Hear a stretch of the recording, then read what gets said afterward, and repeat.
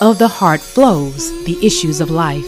And many of these issues stem from one's emotional, mental, and spiritual condition. Such issues may oppress, stifle, and even stagnate one from living a healthy and fulfilling life. So how does one progress past such issues and achieve a state of emotional, mental, and spiritual healing? There's help, so open your heart and prepare your mind. It's time for healing to take place in your life. You're in tuned to Talking with Dr. Toy, a holistic approach to emotional healing. And now, your host, licensed professional counselor, Dr. Toy Lisa Mitchell. It's just me and you. I feel so lost, 'cause I don't know what to do. Well, good Sunday morning. You're in tune to Talking with Dr. Toy. Comes your way every Sunday. Listen, I want to thank you so much for tuning in to the broadcast, the podcast. And you know, my purpose is to provide a holistic approach to emotional healing. Therefore, my mission to provide a holistic and restorative therapeutic approach in addressing and resolving issues that adversely affect the emotional, psychological, spiritual, and physical well-being of individuals who desire to enhance their quality of life. I want to do a self-care check. How are you and what are you doing and what did you do for self-care this week? We know that we're in the midst of the hustle and bustle of the holiday season. There's a lot of things taking place, and this can be one of the most stressful times of the year. And so even with that being said, with all the other things that are taking place, it is so important for you to really pause and take a moment to really become curious. What am I doing? Right? What am I doing to take care of me in this moment? And remember, self-care is not selfish. It doesn't mean that taking care of you is taken away from taking care of other people. It's not like that. I am wanting to emphasize that more and more. Emphasize that it's not a binary decision. That it has to be either one or the other. That's what we call, when we talk about either or, that's what we call a fallacy. It's not a fallacy of you taking care of yourself as well as taking care of others. It's balance, right? It's balance. And so one of the things that I'm encouraging you to do, as when we fly, that tells us to really put the oxygen mask on ourselves first.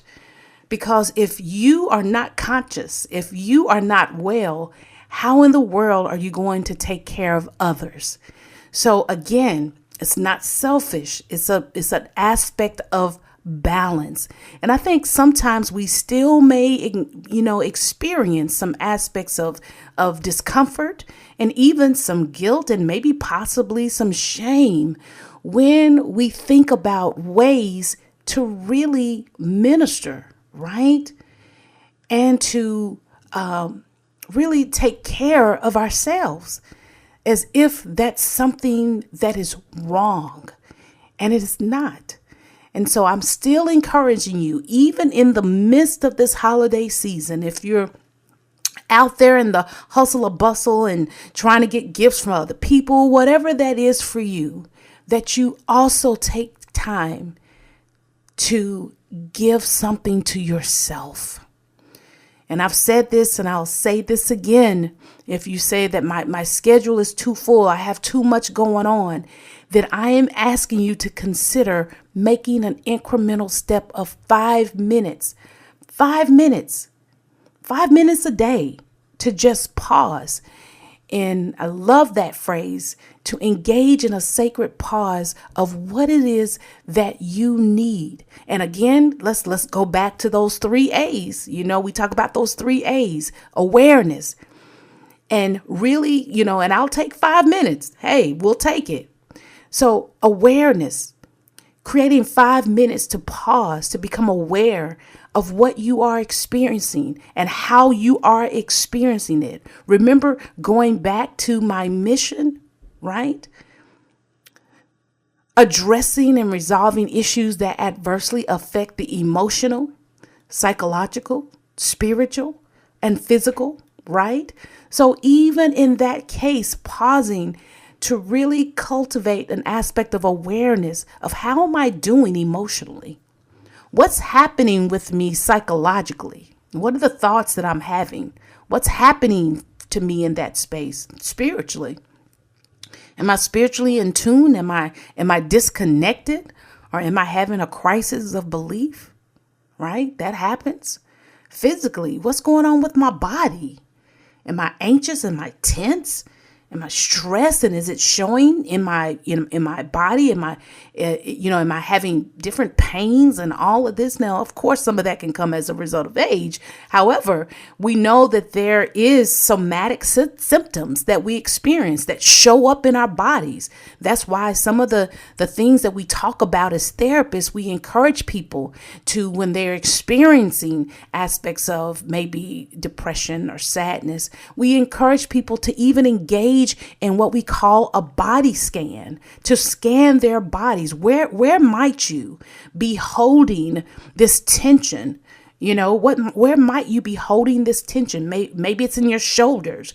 Is it in your chest where it's difficult for you to catch a breath? Even digestive issues, right?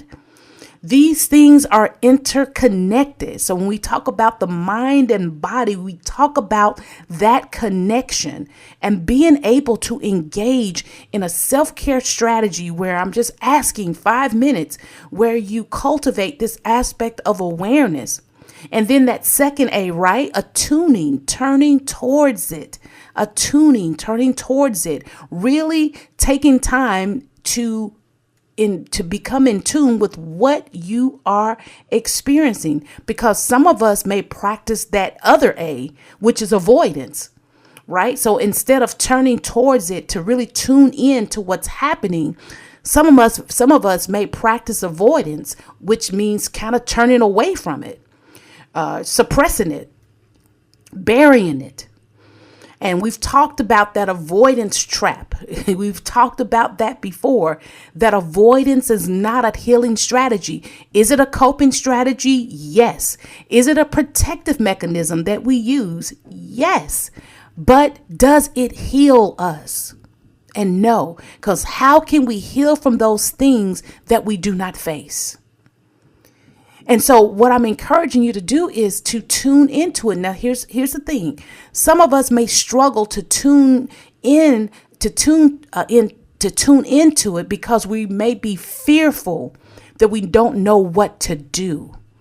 So what if I turn towards this sadness, right? What if I turn towards this grief that I'm experiencing? Because again, when we talk about the holiday season, the last episode that I recorded, I talked about just really making a plan during this holiday season, because for some of us, it may be the first time that you've had a holiday season without this loved one being there.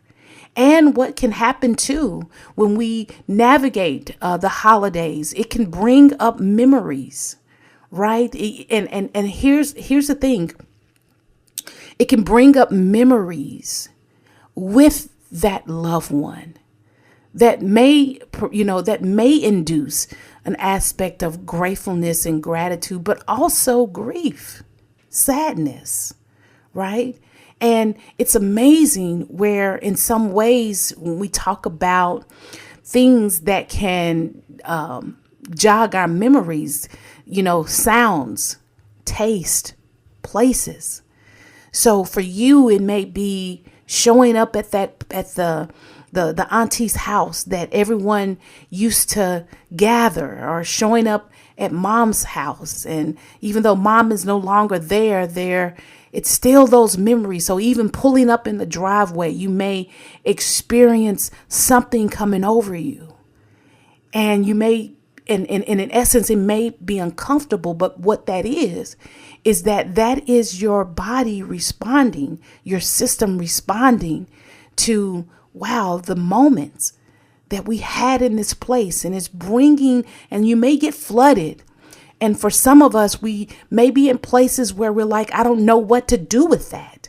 And because I don't know what to do with that, I avoid it. I suppress it. I push it down because I don't know how to manage it. And one of the things that I said is that yes, it is a protective strategy.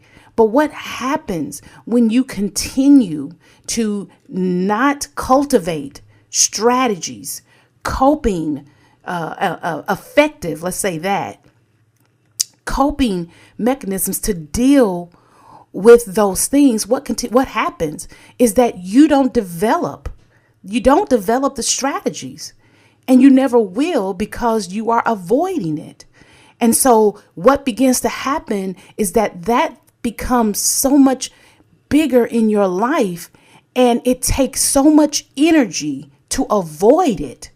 Right? It takes so much energy to avoid it. So what may be happening is because you are practicing avoidance and it takes so much energy in avoiding, you may struggle being present even in this very moment because you're using so much energy to not feel, to not think about what used to be and how it makes you feel, because those feelings are uncomfortable. So one of the reasons why you may avoid is because you don't know how. You don't have the strategies to navigate it. And here's my encouragement for you. Just because you don't know how doesn't mean you can't learn. Doesn't mean that you can't manage it. It just means you need to learn and to become acquainted and experience strategies in order to navigate those moments. But you have to be open in order to do that and be receptive. And so that's one of the reasons why I advocate for people to consider therapy. Therapy is a process that can help you learn coping strategies, effective coping strategies, healthy coping strategies, helpful coping strategies, to navigate those situations where you don't have to avoid showing up at the family gathering because it's too overwhelming for you. And that's if you want to show up, because, we've talked about this before. Sometimes when we talk about the holiday season, that you want to show up in places that are emotionally safe for you and not abusive. Right? And so I love what this therapist said, Dr. Martin. She said this. I love this. She said that people have to earn access to you. Our people have to earn access to you. I love that. So basically, that is saying that boundaries can be helpful, right? That not everyone has access to me, especially those who are emotionally and, physically abusive. They don't have to have access to me. So I'm not talking about that situation where it's an emotionally unsafe environment where there's abuse that takes place. I'm not talking about that. You have every right to not show up in places that are going to abuse you. What I am referring to is these are places where you want to show up because there are people there that you want to connect with, but you keep yourself away from them because of what you experience. It's overwhelming. When I can't go over to Auntie's house because it reminds me of my mom being there, of my dad being there, my uncle, my brother, whatever, friend. And so you isolate and you disconnect. But there's a part of you that's like, I need that. I want that. Those are the situations that I'm talking about. Because basically what's happening is that the avoidance is taking over your core value system. Maybe your core value is to be with family over the holidays. right? That you want to be with family. Family connections is a value to you. However, because we may not be dealing with the things that have taken place, whether it be the death of a loved one, whether it be something traumatic that has happened, and when you go to those places or come near them or around those people, it's like your system is overwhelmed and you're like, I can't handle it, so I just stay away. So you may, in essence, not be living in congruence with your values because you're staying away from the very places that may minister to you, that may encourage you, because you don't know how to handle what you are experiencing. Therapy can be a way to help you deal with that.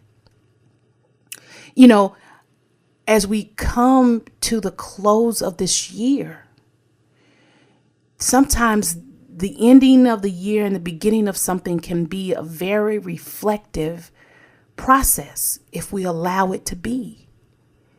And I would encourage you to maybe ask yourself, because this is a part of self-care. When we engage in this self-care process, to make it simple, this is one aspect of self-care.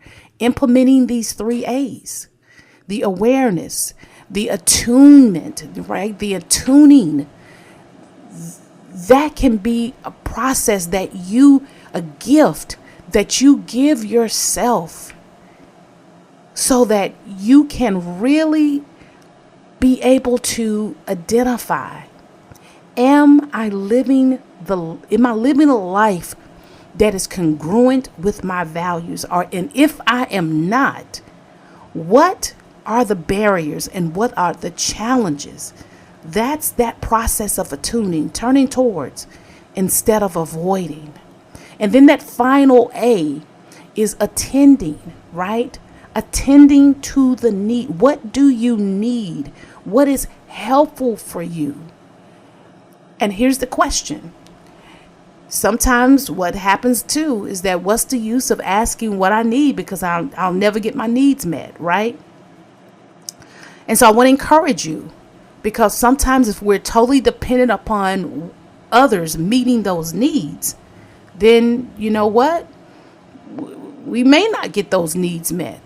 And so we want to have other sources, not just others. We want to have other sources of ways that we get those needs met. And one of those sources is the relationship that you cultivate with yourself. Yes, we need people, but also you need you. Remember that question. If no one else, if no one else is going to take a care of you, if going to be considerate of you, or going to consider you as important and valuable, if no one else is going to do that, then guess who? You need to be able to do that with yourself, for yourself. And of course, we include God in that aspect. Of course, God cares for you. But that also is an aspect of cultivating that relationship with God, spending time. All of this comes back to how you are in relationship with yourself. So connecting with what is it that I need? And some of us, what happens is that we may try to inquire about what we need, but we've not done those other steps. So we end up with a question mark. Well, I don't even know what I need because I haven't sat still long enough. I haven't paused enough to be aware of what's happening in my life.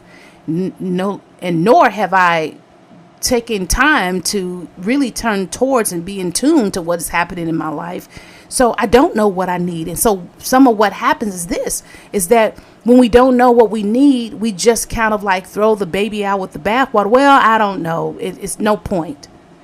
And don't you believe and think that you deserve a little more depth and time for you to really assess and implement this aspect of self-care? You are worth it. You are worth it. You are valuable. You are. And so again, just pausing in this space to say, if we look back through the year, and it's been a tumultuous year in many cases, and maybe for you it's been a great year, and that's awesome too. You can be reflective of what has been wonderful for you this year.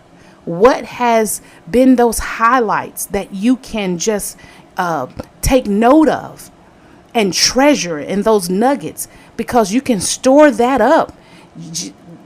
Store that up in case when you have some moments, that some valley experiences, those experiences where you don't feel as good. And so these are reflective pieces that you can incorporate to say, hey, I may be in a season right now where I don't feel well, but listen, but there were some beautiful nuggets that took place in my life. And those are things that we can incorporate as fuel, right, to continue to motivate us. So either way, reflective exercises can be beneficial to you. So I know I spent a lot of time on that, but I think in this season we can definitely lose sight of incorporating those sacred pauses, and that is self-care too. Because, in this season, maybe some may be strapped financially, may not be able to do, maybe go get the massages or do all those things. And you feel like, well, since I can't do that, then I can't incorporate self-care. No, that's just one aspect of self-care, massages and doing those things external. But there's also others. The one that I just mentioned, taking 5 minutes to do those 3 A's can be very, very beneficial and insightful.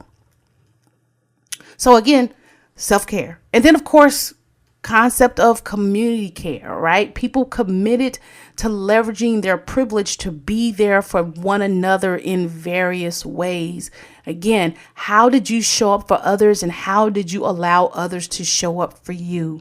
Now, I will say, with regards to this, the season, the holiday season, the Christmas season that we're in, seems like we definitely, connect with the best of us, the best that's in each of us, right? Where we focus on giving, we focus on showing up and being there for one another. We have the Christmas movies and all of that. So it does seem that there's a spirit with this season that people look for the best in others, and sometimes it brings out the best in others. Not all, but, maybe in general to some degree. There's this notion of giving and being there and all of that. So it may be a bit easier in this season than throughout the rest of the year when we talk about community care. But I still really do think that this is another aspect where we want to spend some time and not only showing up for others, but really cultivating ways that we allow others to show up for us. There's a lot of need in our world today, and sometimes that need is definitely tangible, right? What can we do physically for others, giving to the Salvation Army or anything like that? But there are some other things that may not require money, but just require maybe some time, maybe require you just to be present. Not so much of having the right words to say, because I was talking to someone and they were talking about how in this season, there has been a lot of a death in their family, and some of what they struggle with is knowing what to say, right? Maybe being fearful of saying the wrong thing. But part of this process that we just kind of work through is that sometimes it's not about what we say. It's just about us just being present. Even if that means just giving a hug. We may not know what to say, but we don't want us not knowing what to say to hinder us or to be a barrier for us to connect with someone. Because sometimes it's just not about your performing, right? Being able to say the right thing and do the right thing. Sometimes it's just about, man, I'm here if you need me. Just to listen, not to fix it, right? Because some of us are those problem fixers, not to fix it, but just to listen. And that is gold to someone. That is gold to someone, just showing up to listen. So I guess today what this broadcast was all about is just a reminder to, and maybe not only a reminder, but also an encouragement for you to really tune in as we navigate this season of hustle and bustle, that you're taking time, the sacred pauses in your life to really tend to yourself. And I think, and here's my thought process, that the better you are physically, emotionally, mentally, spiritually, I do think that's going to be of benefit to the people that surround you and the people that you are connected to. Now let me say this. I want to put this caveat here. Sometimes you're not going to show up as that person that has it all together. And that is where you extend yourself grace and compassion, not judgment. Grace and compassion, because maybe this is a rough season for you. And you may be one that is, maybe harshly judging themselves because you just seem that you can't get it together like you have in the past. And so this is for you too, that maybe this is where you allow people to show up for you. Right? Because maybe in past seasons, you've showed up for everyone else. You've been the rock. You've been the one. You've been that person. But maybe this year you're like, I'm tired. I'm exhausted. And you may be in some ways disconnecting from others or spaces and places because you feel maybe ashamed or even embarrassed that you can't show up the way that you used to or that you did in the past. And maybe you are really judging and are harsh towards yourself. Remember that the Bible says that God is a God of love and He's the Father of all comfort. And that means that we all need to be comforted, right? Because our mere humanity warrants that. So maybe this is this season for you, maybe one where you're like, I don't know if I can show up the way that I have. And instead of being ashamed of that, instead of shoving that down and burying that, maybe that's the place where you can allow people to show up for you and you can experience community and compassion. And in that process, possibly healing and restoration can take place. Because all of us, even as we navigate and look at the life of Jesus had an inner circle. There was times, especially in the Garden of Gethsemane, where Jesus was struggling emotionally. And we have those times too. And I don't read in the Bible where Jesus apologized for that. That's in the canon. It's there for a reason. Because it allows us to connect with our own humanity and extend compassion and grace to ourselves. And that comes back, right? That comes back to that last A of attending. What is it that you need? And it's okay that you need. It's beautiful to be able to give, but it's also humanity. It's also us being human to also need. And if you're one and you say, you know what, I don't have people to meet my needs. Well, I would ask you to pause and think through that. Is it because you've not asked? Is it because you are maybe fearful of rejection?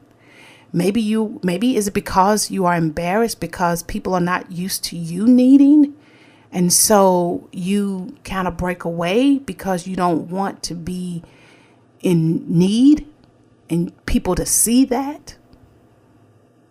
And if that is the case, well, going back to what I said earlier, is there a way in which you can meet that need in your life? Like getting rest, like showing yourself unconditional love.